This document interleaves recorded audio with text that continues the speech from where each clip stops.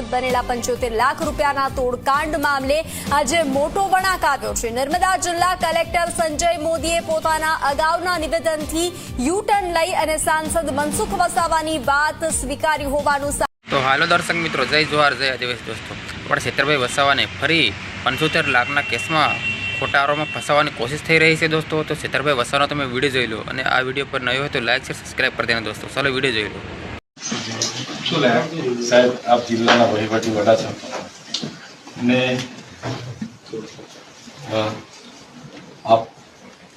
આપે એવી કોઈ મારા વતી સાંસદને અહીંયા બોલાવ્યા હતા અને નીલરાવને બોલાવ્યા હતા અને આપે એવું કીધું છે કે ચૈતરભાઈ 1.5 કરોડ માંગતા હતા પણ માંડ 75 લાખમાં પૈતું છે અને એમને 75 લાખ રૂપિયા આપણે આપવાના થાય છે। ત્યારે સાંસદે એવું કીધું કે ના ભાઈ, આપણે 1 રૂપિયો આપવાનો થતો નથી એમ કરીને સાંસદે 2 આટા પ્રેસ વાર્તા કરી છે। હવે મેં બી ધારાસભ્ય છું સાહેબ, સાંસદ તમારું નામ લઈને એવું કહે છે કે મને કલેક્ટરે ત્યાં બોલાવીને કીધા હતા, તમે કલેક્ટરને પૂછી લો। એટલે અમે પૂછવા આવ્યા સાહેબ, મેં ક્યારે તમારી પાસે 75 લાખ રૂપિયાની માંગણી કરી? આ વાત જ ખોટી વાત છે ને। હા, બસ બસ। તો આ મેં લેખિતમાં આવ્યો છું સાહેબ, તો મને સાહેબ આપ શ્રી મને ન્યાય આપશો એવી માંગણી છે સાહેબ। આપણે માર્ગ અને મકાન વિભાગના એક્શન સાહેબને બી પૂછી લેજો, એમનું નામ પણ આવે છે એટલે કદાચ એ રીતના મેં તો સાહેબ સંકલનમાં માહિતી માંગી હતી, એમાં મનસુખભાઈને પેટમાં દુખ્યું ને એમણે આ ડાયરેક્ટ મારા પર 75 લાખનો હિસાબ લગાવી દીધો।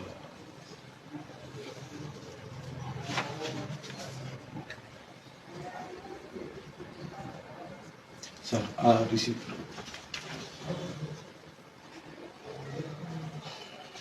ઓકે, ધન્યવાદ સર। તો હાલો દર્શક મિત્રો, મનસુખ વસાવા છેતરભાઈ વસાવાના ખોટા કેસમાં ફસાવવાની કોશિશ કરી રહ્યા છે દોસ્તો। 75 લાખ વિશે જિલ્લા કલેક્ટરમાં જઈને મનસુખ વસાવાએ અરજી આપી છે દોસ્તો। છેતરભાઈ વસાવાના ખોટા કેસમાં અંદર કરવાની 75 લાખ રૂપિયા છેતર વસાવાને માથે પાડવામાં આવી રહ્યા છે દોસ્તો। તો તમે લાઈવ વિડીયો જોઈ શકો છો દોસ્તો, અને છેતરભાઈ વસાવાને વિશે શું કહેવા માંગે છે એ પણ તમે વિડીયો જોઈ લો। તો દર્શક મિત્રો, આ બીજો પણ છેતરભાઈ વસાવાનો તમે વિડીયો જોઈ લો। આ છેતરભાઈ વસાવા એના વિશે 75 લાખ વિશે શું કહેવા માંગે છે? કીધું હતું કે કાર્યાલયમાં વાત થઈ, એટલે કે એમની ઓફિસમાં, પણ એવી એ બાબતે એમણે તો કીધું કે હા ખોટી વાત છે, પણ મહત્વની જે વાત તો હેલીપેડ પર થઈ હતી એવું એમણે આજે કીધું છે। તમે જોઈ લો, એમણે પ્રેસ વાર્તા કરી, એમાં ક્યાંય એમણે હેલીપેડનો ઉલ્લેખ નહોતો કર્યો।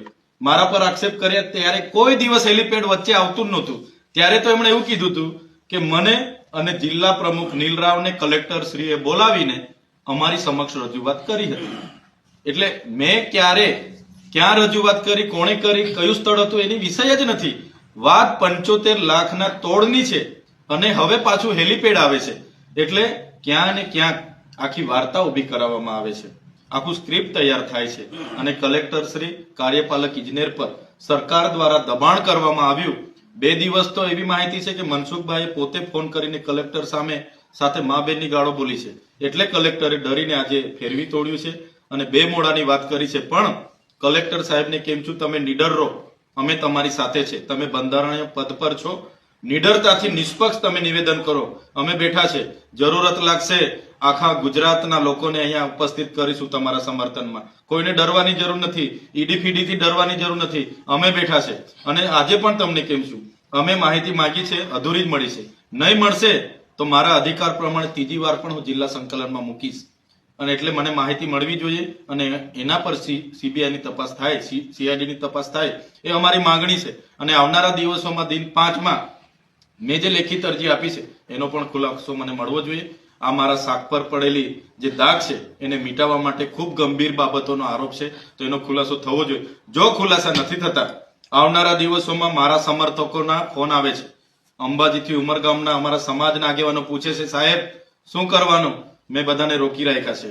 જરૂર જણાશે દિન 5 પછી આહવાન કરીશ મેં બધાને, અને નેત્રંગની જેમ લાખોની સંખ્યામાં મારો સમર્થક અહીંયા ઉમટશે અને કાયદો અને વ્યવસ્થા બગડશે એની જવાબદારી તંત્રની રહેશે। સંસદ